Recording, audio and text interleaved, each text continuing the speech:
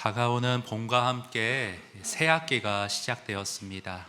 저는 3월 매년 이맘때가 되면 그 대학생 새내기 시절의 그 파릇파릇했던 설레임의 감정과 기운을 다시 느끼곤 합니다. 근데 저의 대학생 새내기 시절은 그렇게 파릇파릇하지 실제로는 못했던 것 같습니다. 조금 스토리를 말씀드리면요, 저는 원래 그 학과를 상담을 전공하고 싶었습니다. 사람을 1대1로 상담해서 돕는 일을 하고 싶었는데, 당시에 작은 개척교회 우리 가정 형편이 그리 좋지 못했어요. 아버님이 신학교에서 시간 강사 구약을 가르치셨는데, 학교에 자녀들은 등록금이 무료라는 그런 게 있었습니다. 혜택이 있었습니다. 그래서 저를 이렇게 살살살 꼬드겨서 말씀하시기를, 삼녀라, 학부 때 교양 과목은 어디나 비슷하니 일단 우리 학교 와서 1, 2학년 등록금 면제 받고 3학년 때 네가 원하는 상담이 있는 학교로 편입을 하거라. 그렇게 말씀을 하셨어요. 그래서 제가 아버님의 말대로 1, 2학년 다니다가 어느덧 이 자리까지 오게 되었습니다. 아주 전략적이었던 것 같아요. 근데 제가 신학교에 원해서 들어간 건 아니었기 때문에 그 분위기, 매일 예배를 드렸거든요. 그런 분위기가 조금 그렇게 편하지는 않았어요. 그리고 더 조금 불편했던 게, 저는 국어를 되게 좋아하고 고등학교 시절도 국어만큼은 성적이 거의 수능에서 만점 받을 정도로 좋았는데, 대학 국어 강사님의 강의가 이렇게 마음에 와닿지 않는 거예요. 그래서 좀 방황을 했어요. 수업도 마음에 와닿지 않고 분위기도 별로 생각했던 거랑 다르고, 그래서 거의 낙제 점수를 받았습니다.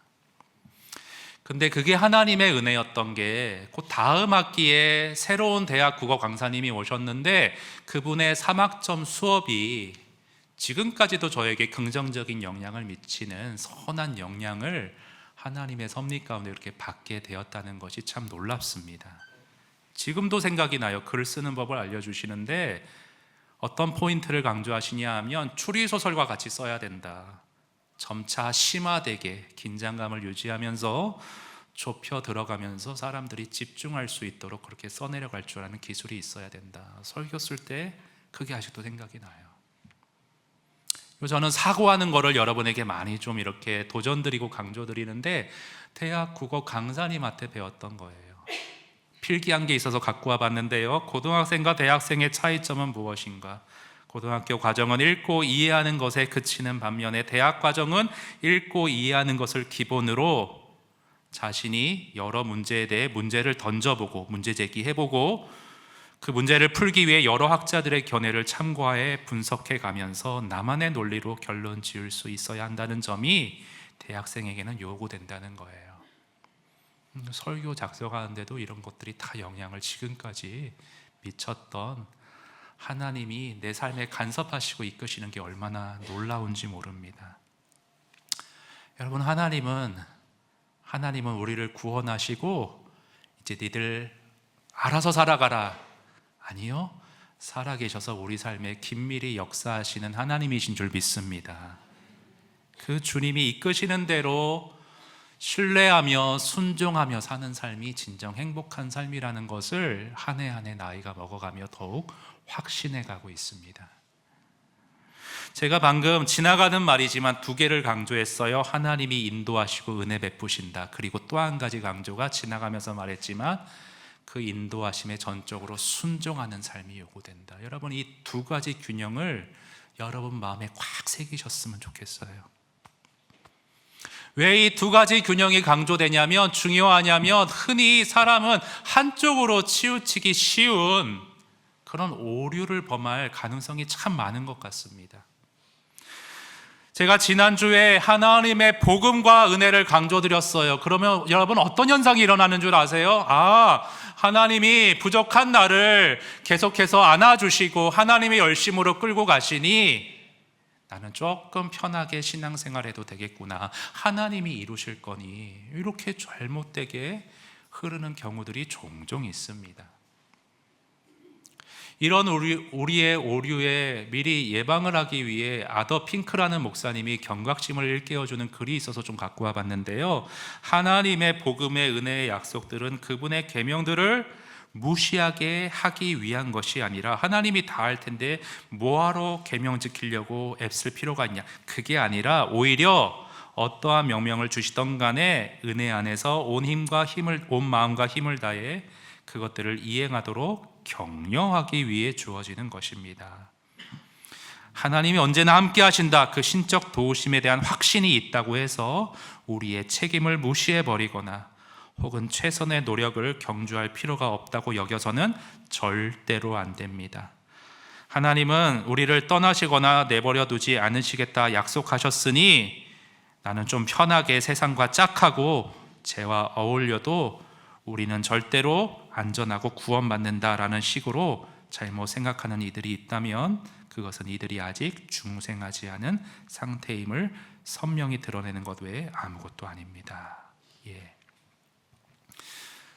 지난주 설교에서 은혜와 복음을 강조했기에 저는 균형을 맞추기 위해 오늘 설교에서는 순종, 말씀에 대한 순종을 여러분에게 좀 강조드리고자 합니다.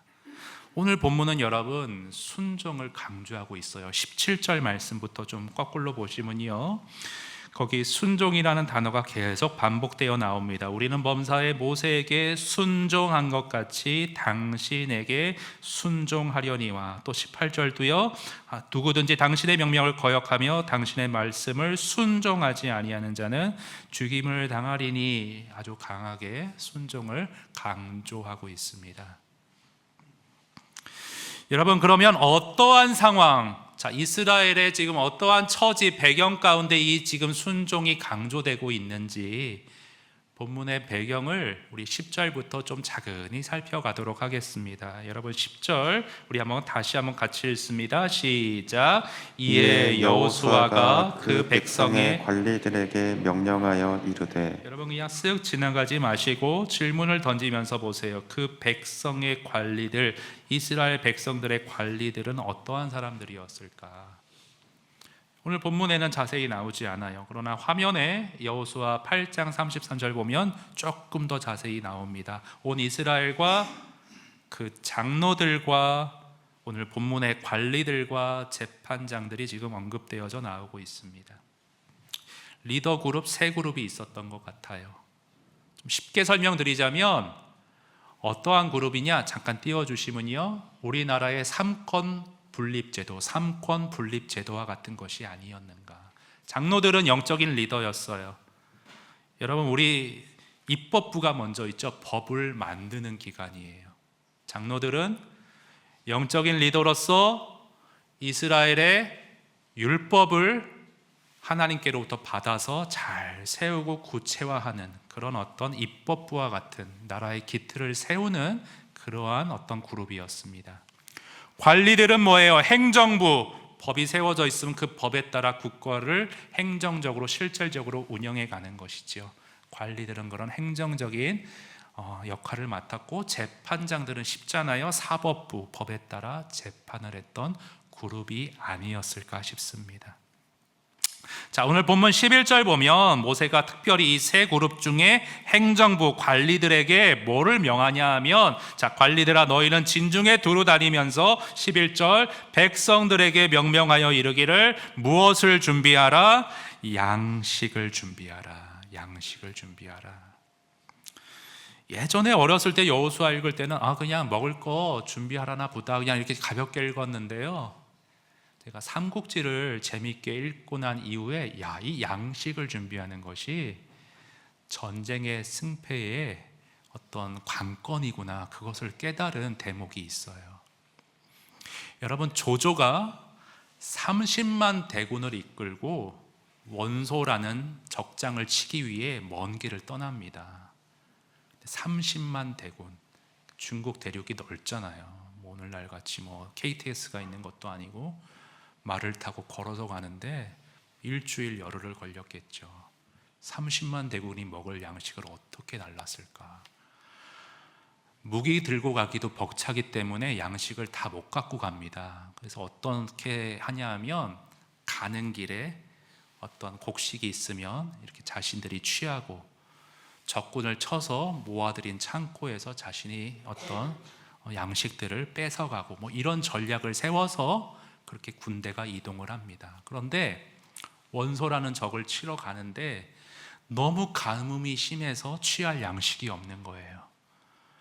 그렇게 기진맥진 어렵사리 도착했는데 그 땅에도 홍수 피해가 많아서 건질 양식이 없는 거예요. 그래서 원소가 성문을 꼭꼭 잠그고 창고에 모아들인 곡식을 먹으면서 버티고 밖에서는 하루하루 더 굶어서 지쳐가고 30만 대군을 이끌고 가는데 어이없이 패배해버리고 맙니다. 여러분, 오늘 여호수아는 이런 군사 전략을 말하는 게 아니라 영적인 원리가 있어요.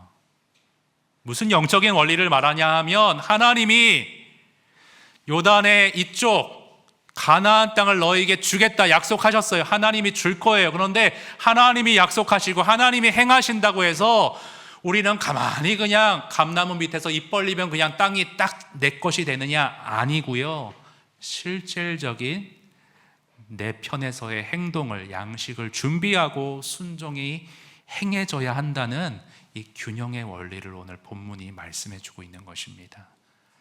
주석을 통해 조금 더 볼까요? 여러분 주석 보시면요, 자 여호수아 1장 2절에 하나님이 약속하셨어요. 이 요단을 건너 내가 그들 곧 이스라엘 자손에게 친히 주겠다. 그 땅으로 가라 약속하셨어요. 그런데 약속하셨다고 저절로 취해지느냐? 아니, 11절 보시면 양식을 구체적으로 행정적으로 준비하라 말씀하시고요. 또 다음 구절 보세요. 여호와께서 너희에게 주사 주기는 주는데 직접 너희들이 가서 차지해야 하는 행동과 순종을 요구한다는 겁니다. 그래서 밑에 이렇게 정리되어 있습니다. 하나님이 주신 약속은 인간에게 준비하고 차지하는 행동을 요구한다는 거예요.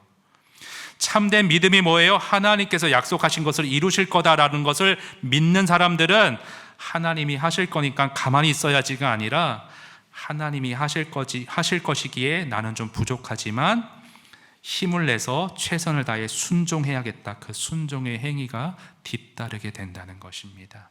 여러분, 이 원리를 꼭 오늘 마음속에 새겨주시기를 바랍니다. 그러는 가운데 여러분 12, 13절도 계속 이어보시겠습니다. 여러분 12절 먼저 좀 읽어주시기 부탁드립니다. 시작. 여호수아가 또 루벤 지파와 갓 지파와 므낫세 반 지파에게 말하여 이르되 여호와의 종 모세가 너희에게 명령하여 이르기를 너희의 하나님 여호와께서 너희에게 안식을 주시며 이 땅을 너희에게 주시리라 하였나니 너희는 그 말을 기억하라. 이렇게 되어 있습니다. 근데 그 성경 이렇게 글로 보면 이 상황이 좀 입체적으로 영화 보듯이 이렇게 딱 와닿지 않는 단점이 있어요. 그래서 좀 입체적으로 이 본문의 상황을 파악하기 위해 지도를 좀 가져와 봤는데 너무 작아서 잘 안 보이더라고요. 일단 한번 띄워주시면요, 잘 안 보이시겠지만 한번 여러분 가운데 저 바다 같은데 이제 물 같은 게 보이지 않습니까? 염해 사해 바다입니다. 그 위에 요단강이 조금 있어요. 자, 그 요단강 중심을, 요단강 중앙을 기준으로 해서 요단강 동편을 보시면 나중에 스마트폰 그 유튜브 영상으로 보면 자 루벤 12절에 나온 루벤 갓 므낫세 지파가 요단강을 중심으로 요단 동편 땅을 사이좋게 나눠 갔습니다.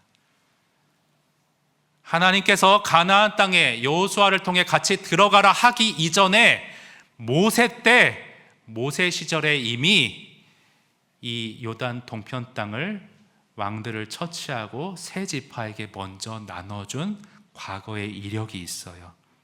오늘 시간 관계상 읽진 않겠지만 신명기 3장에 그것이 나와 있습니다.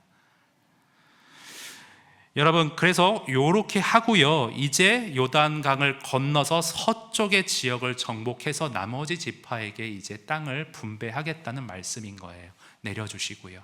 네. 근데 지금 하나님께서 이제 14, 15절에서 얘기하려는 게 뭐냐면 너희는 이미 땅을 차지했으니, 자 루벤 갓 므낫세 지파에게 명령하여 이르기를 뭐라 말씀하시냐 하면 너희는 이미 땅을 분배받았으니 자 가나안을, 저 서쪽을, 요단강 서쪽을 차지할 때에 아내와 자식들은 그 동편 땅에 놔두고 좀 지원해줘라, 같이 좀 싸워줘라.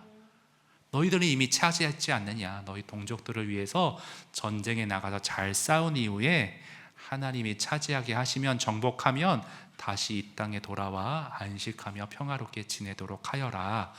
이 명령을 하는 게 이제 14, 15절입니다. 여러분, 제 설명을 듣고 한번 보시면 조금 더 입체적으로 이 내용이 파악이 되실 거예요. 14절 제가 먼저 읽겠습니다. 너희의 처자와 가축은 모세가 너희에게 준 요단 이쪽 땅 동편 땅에 머무리려니와, 자, 너희 모든 용사들은, 장정들은 무장하고 아내와 자식을 놔두고 너희 형제보다 앞서 요단을 건너가서 그들을 돕되. 15절 시작.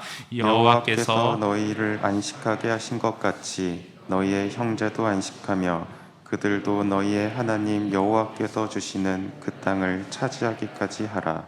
그리고 너희는 너희 소유지 곧 여호와의 종 모세가 너희에게 준 이쪽 돌아와서 그것을 차지할지니라. 예, 이런 내용인 겁니다. 이제 제 설명을 듣고 보셨으니 아마 어느 정도 본문이 들어오실 거예요. 근데 여러분, 여기서 문제는 이겁니다. 저와 여러분도 마찬가지고요. 이스라엘 백성들 말할 것도 없고, 인간은 죄인이기 때문에 이기적인 존재입니다.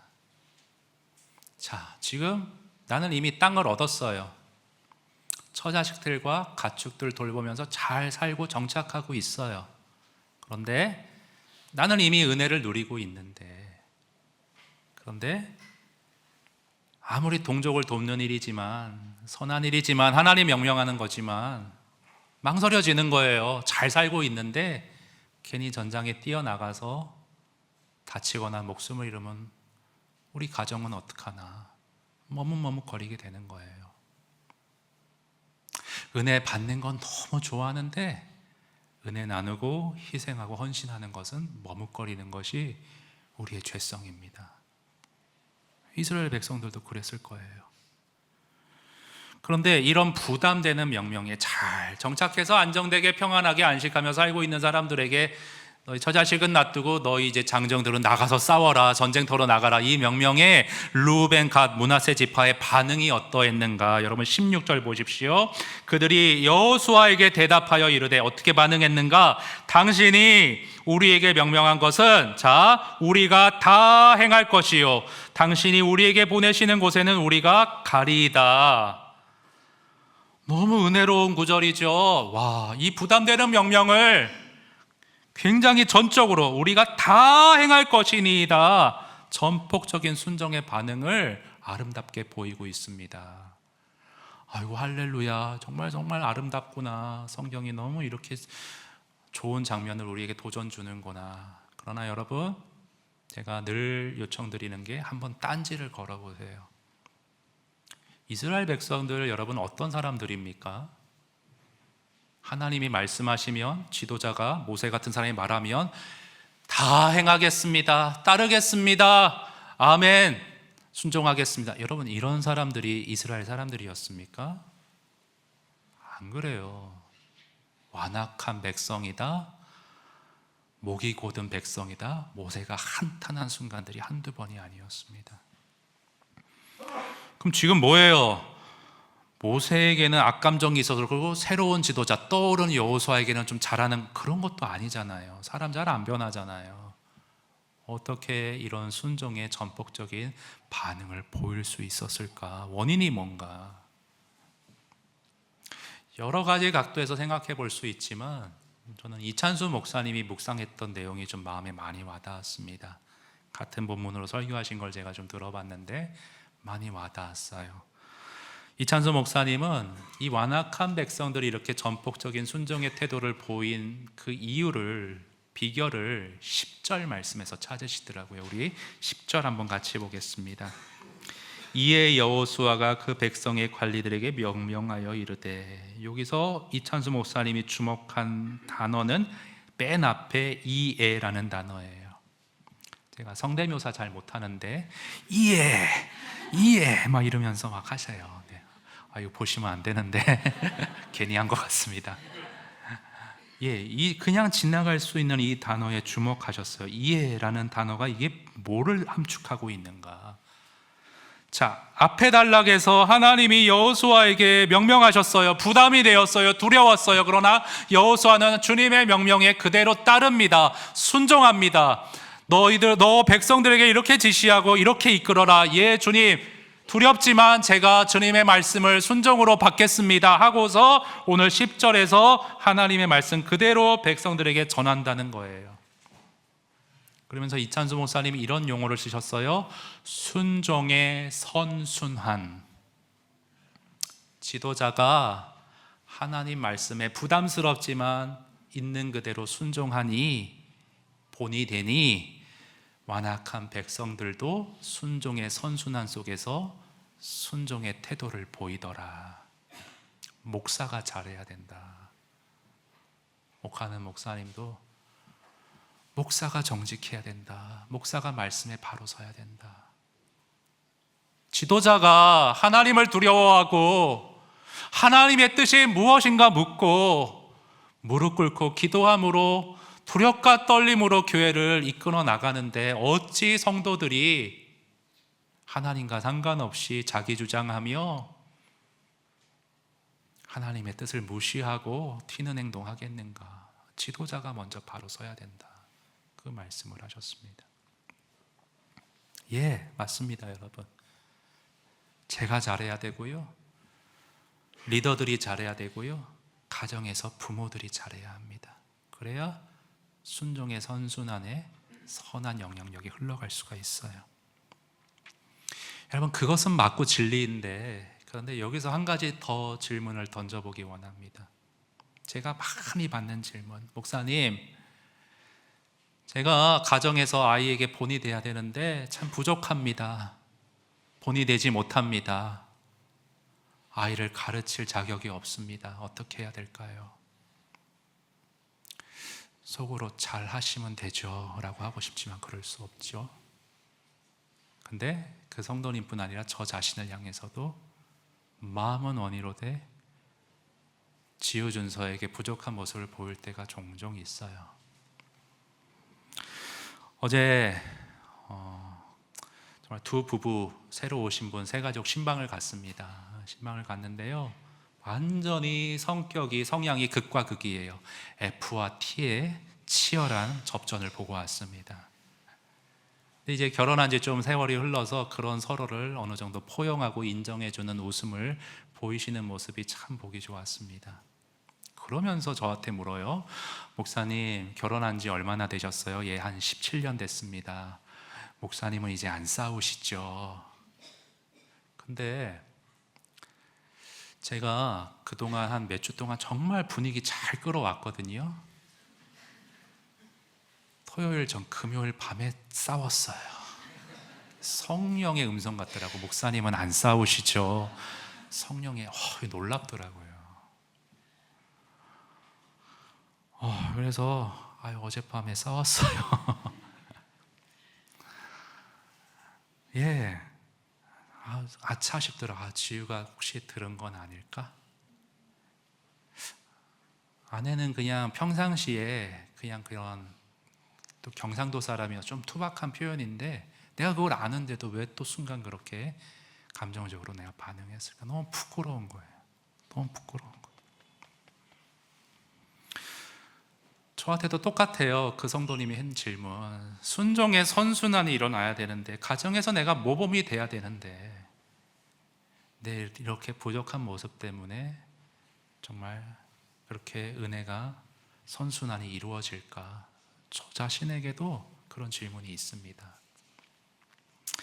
여러분, 이 은혜의 선순환의 원리가 원래 어디서부터 나오냐 하면 그 유명한 신명기 6장 말씀에서 나옵니다. 여러분, 신명기 6장 한번 가보실까요? 신명기 6장 한번 가보겠습니다. 앞으로 조금만 넘기시면 됩니다. 여호수아 바로 앞에가 신명기고요. 다시 본문으로 안 돌아올 거예요. 신명기 6장 가보시기 바랍니다. 진짜 유명한 말씀이죠. 6장 4절에서 9절 말씀. 자, 여러분 한번 다 아는 말씀이지만 한번 읽어보겠습니다. 4절 제가 읽고 5절 한번 한 절씩 읽습니다. 이스라엘아 들으라, 우리 하나님 여호와는 오직 유일한 여호와이시니 너는 마음을 다하고 뜻을 다하고 힘을 다하여 내 하나님 여호와를 사랑하라. 오늘 내가 내게 명령하는 이 말씀을 너는 마음에 새기고 내 자녀에게 부지런히 가르치며 집에 앉았을 때든지 길을 갈 때든지 누워 있을 때든지 일어날 때든지 이 말씀을 강론할 것이며 너는 또 그것을 내 손목에 매어 기호를 삼으며 내 미간에 붙여 표로 삼고 또 내 내 진 문설주와 바깥문에 기록할지니라. 앉았을 때든지 일어날 때든지 누웠을 때든지 길을 갈 때든지 계속해서 부지런히 말씀을 가르치라 말하는 굉장히 유명한 본문인데, 여러분 그렇게 자녀를 가르치기 이전에 선행돼야 할 것을, 부모에게 먼저 선행돼야 할 의무를 5절과 6절에서 이렇게 말을 해요. 부모된 너희가 먼저 마음을 다하고 뜻을 다하고 힘을 다하여 하나님을 사랑하고 말씀을 마음에 새기는 진정성을 보여야지 자녀에게 그 다음에 가르침이 전수될 것이다. 안 그러면 아이고 뭐 아빠나 똑바로 사시지, 그렇게 될 가능성이 많다는 것을 우리에게 지적하는 본문이에요. 이 말씀은 맞아요. 진리예요. 그렇게 해야 돼요. 그러나 우리가 부족하잖아요. 저만 부족한 게 아니라 여러분도 부족하시잖아요. 완전하지 않잖아요. 누군가에게 본이 된다? 부끄럽잖아요.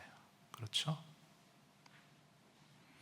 근데 이런 저에게, 말씀에 이렇게 갈피를 못 잡고 있는 저에게 참 위로가 되는 글이 있어서 여러분에게도 위로와 격려가 될 것 같아서 저는 좀 이 글을 여러분에게 소개해 드리기 원합니다. 신명기 6장 이 말씀에 대한 풀인데요, 함께 좀 보시겠습니다. 모세는 부모들이 완벽한 본복이나 모범이 되는 삶을 살아야 한다고 지금 말하고 있지 않다.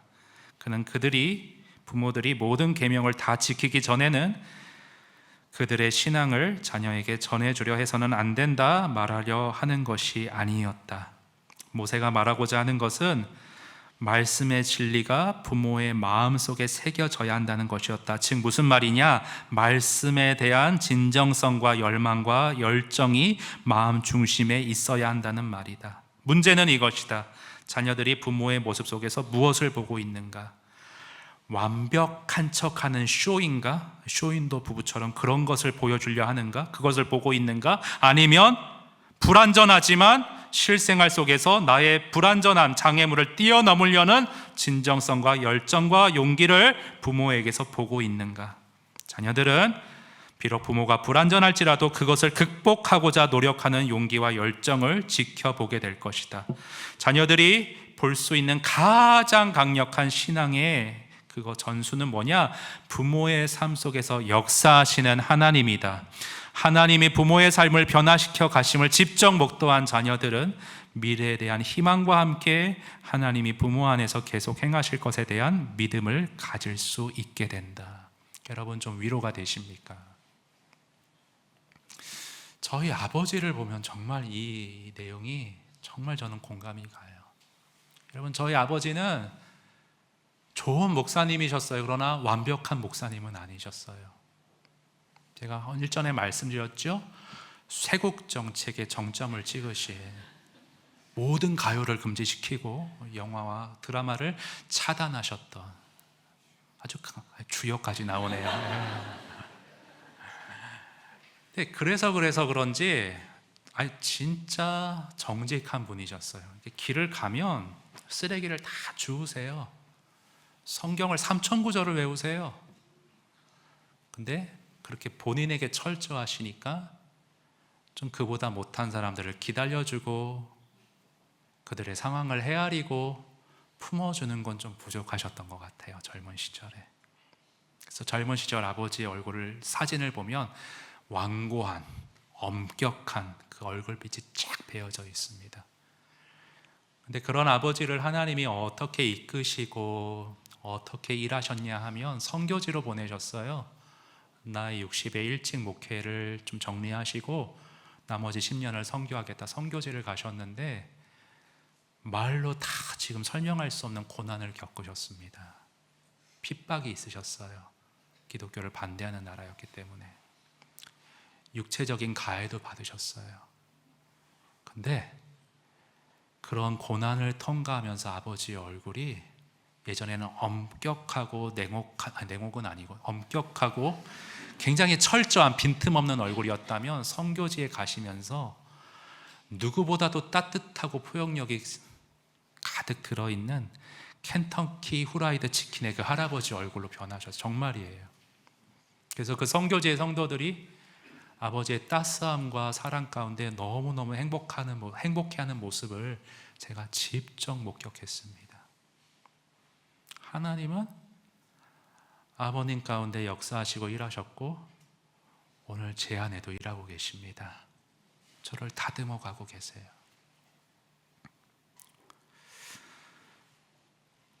아버님의 모습 속에서 또 하나 인상적인 게 그 선교제 가실 때 정말 진지하게 기도하시더라고요. 하나님의 뜻이 어디에 있는가.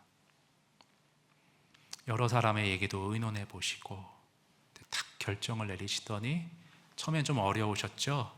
근데 그렇게 기도하고 가니 그 이면에 은혜가 있었던 거예요.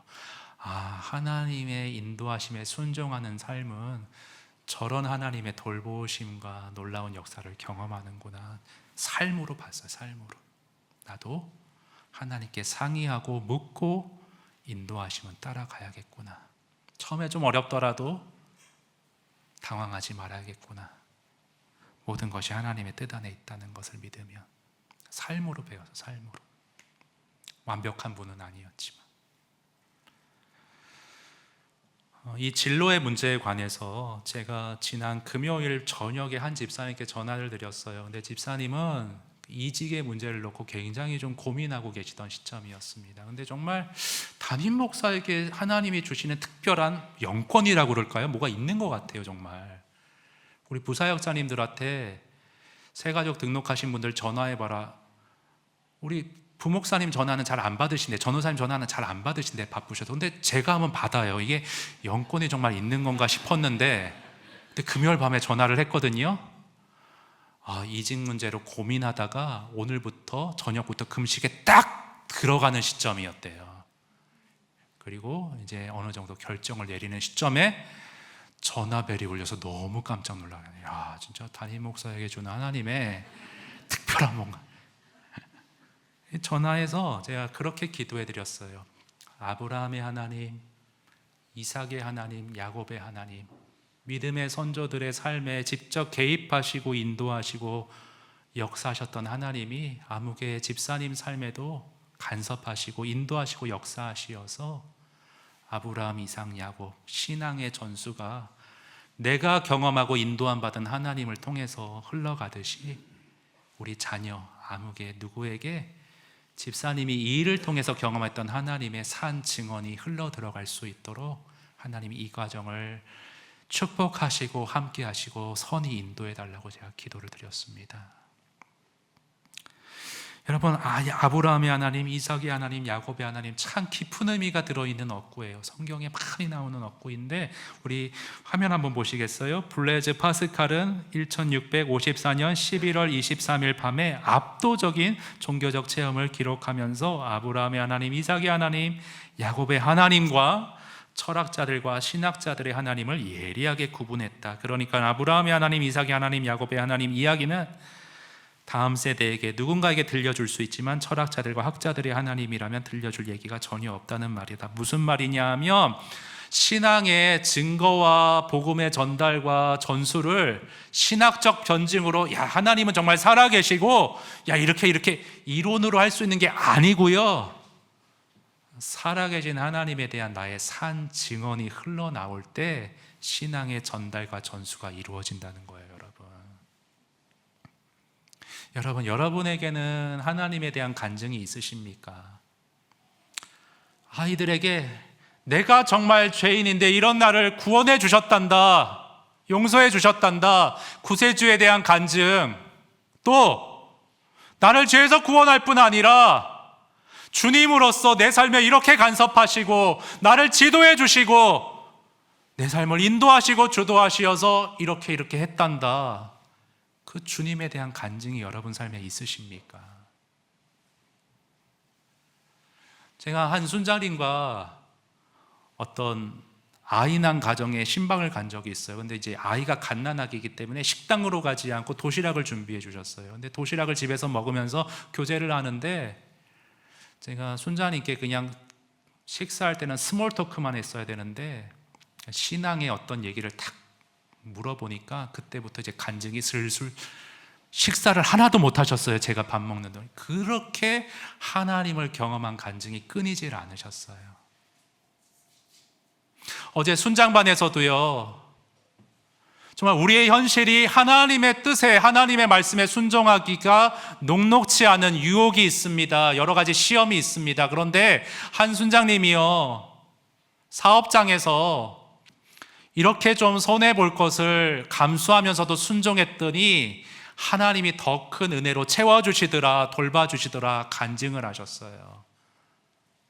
여러분, 그런 간증 있으십니까? 순종했더니 처음엔 어려울 수 있어도 하나님이 몇 배로 채워주시고 우리 삶을 책임져 주시고 가장 선한 길로 인도해 주신다는 간증, 여러분 삶의 과정 가운데 여러분 경험하고 계십니까? 마지막 자막인데요, 어느 수도사는 이렇게 말을 했습니다. 수도사는 복종하지 않을 때보다 더 자유로워지기 위해 복종한다. 왜 복종해요? 왜 순종해요? 더 자유로워지기, 더 그게 행복한 길임을 삶의 경험으로 알아간다는 거죠. 그래서 순종이 이어진다는 거죠. 오늘 본문에도 여러분, 그 여호수아 본문에도 세 지파를 먼저 땅을 분배받았잖아요. 모세의 명대로, 하나님의 명을 받은 모세의 명대로 따랐더니 정말 우리에게 이런 안식과 복이 주어지는구나. 여호수아의 명령도 따라야겠다. 하나님이 분명히 책임져 주실 거다. 은혜의 선순환과 더불어 은혜의 그런 놀라운 경험들과 간증들이 계속해서 많아질 때 우리는 더욱더 순종의 사람이 될 수 있다. 오늘 본문이 우리에게 알려주고 계십니다. 사랑하는 여러분, 여러분의 삶에 하나님이 살아계시고 그분의 도우심과 인도하심에 순종할 때 내 삶이 가장 복되다는 간증이 넘쳐나시기를 축복드립니다. 이것이 나의 간증이요, 이것이 나의 찬송일세.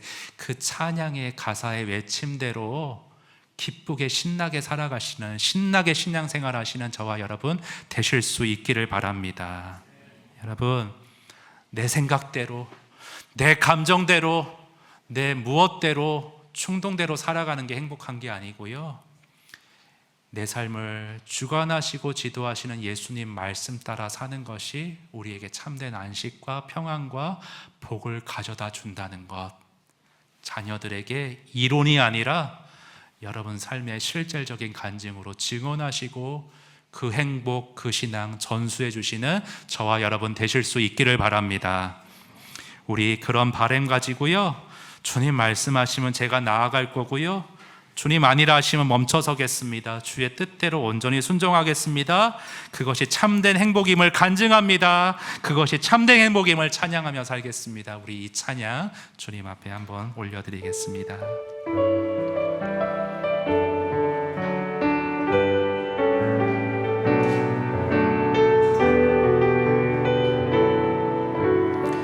주님 말씀하시면, 주님 말씀하시면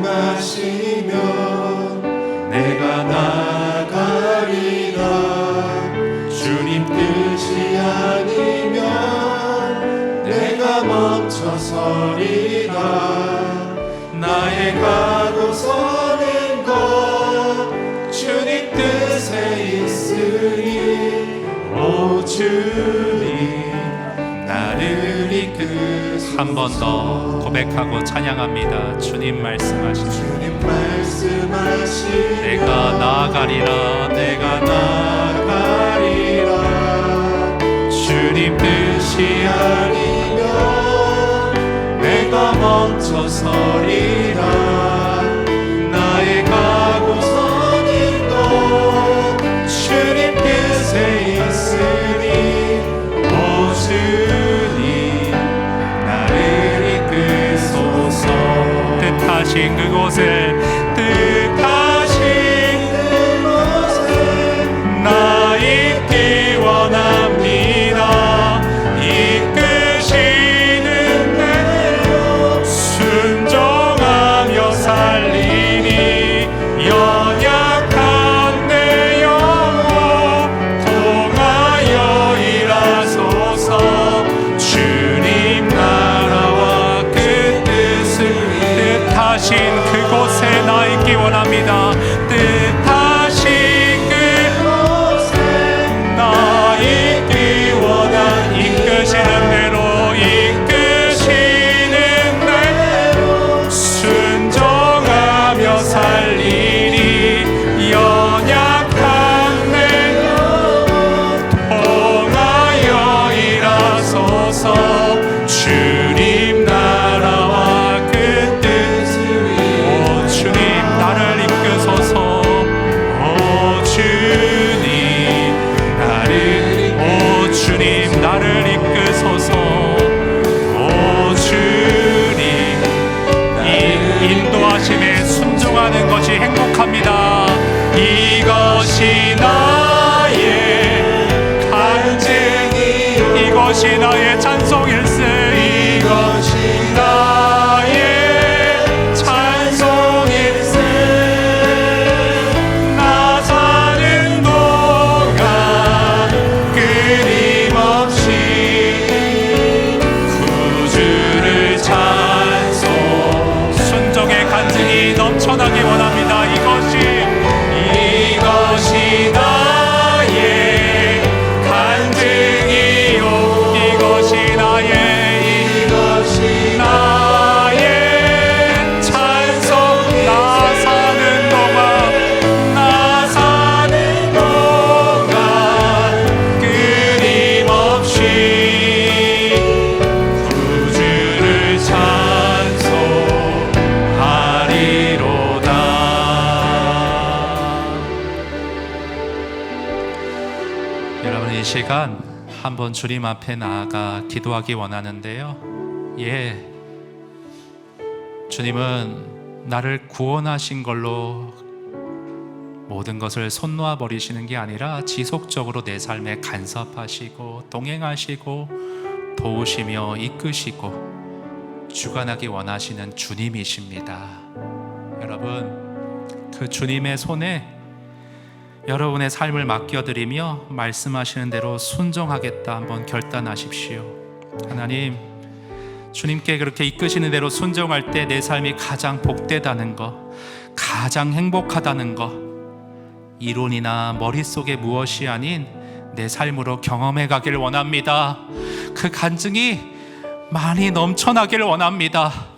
그 찬송이 내 존재됨에 내 삶 속에서 흘러나와서 자녀들이 그것을 보게 하시고 내가 비록 불완전하지만 그런 나를 이끌어 가시는 그런 주님께 의탁하여 순종으로 살아갈 때 행복을 누리는 나의 삶을 보며 자녀들이 아브라함의 하나님, 이삭의 하나님, 야곱의 하나님, 신앙의 전수와 순종의 선순환이 우리 가정 가운데 이루어질 수 있도록 주님 우리 가정을 축복하시고 저에게 은혜 더하여 주시옵소서. 순종의 은혜를 부어 주시옵소서. 이 시간 주님 앞에 나아가 한번 기도하도록 하겠습니다. 기도합니다.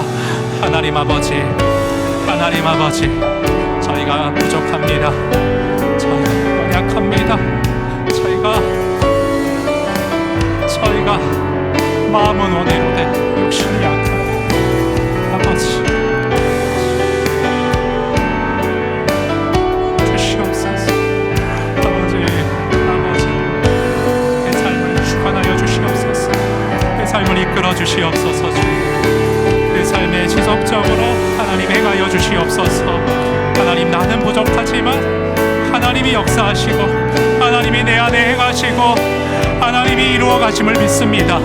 하나님 저를 볼 때는 가망이 없지만 주님의 열심을 보고 더욱 힘을 내며 순종하기를 원하오니 순종의 사람으로 저를 다듬어 가시고 순종의 간증이 제 삶에 더욱더 많이 많이 체험될 수 있도록 축복하여 주시옵소서. 하나님, 우리 성도들의 가정을 돌아봐 주시고 하늘에서 그거 살펴주시고, 저들이 머릿속에 이론의 하나님이 아니라 내 삶에 동행하시고 내 삶에 실질적으로 역사하시는 하나님 붙잡고 그 주님께 전적으로 순종하며 전적으로 맡기며 나아갈 때 얼마나 많은 복을 부어주시는지 자녀들에게 삶으로 하나님 역사하신 하나님 보일 수 있도록, 순종의 선순환이 이루어질 수 있도록 우리 자녀들이 아브라함의 하나님, 이삭의 하나님, 야곱의 하나님을 나를 통해 볼 수 있도록 주님 도와주시고 인도하여 주시옵소서. 우리 가정들을 축복하여 주시옵소서. 붙잡아 주시옵소서. 인도하여 주시옵소서. 주시옵소서.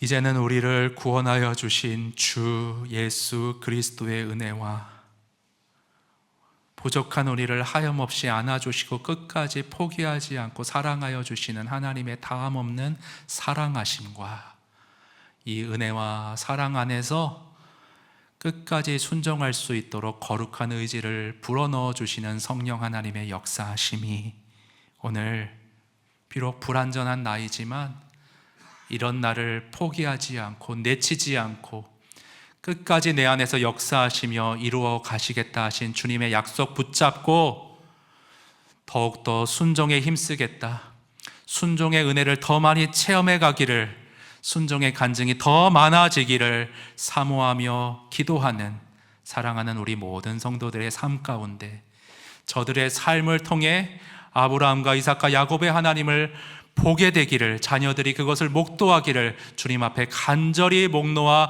기도하는 우리 모든 가정들 위해 이제로부터 영원히 함께 있을지어다. 아멘.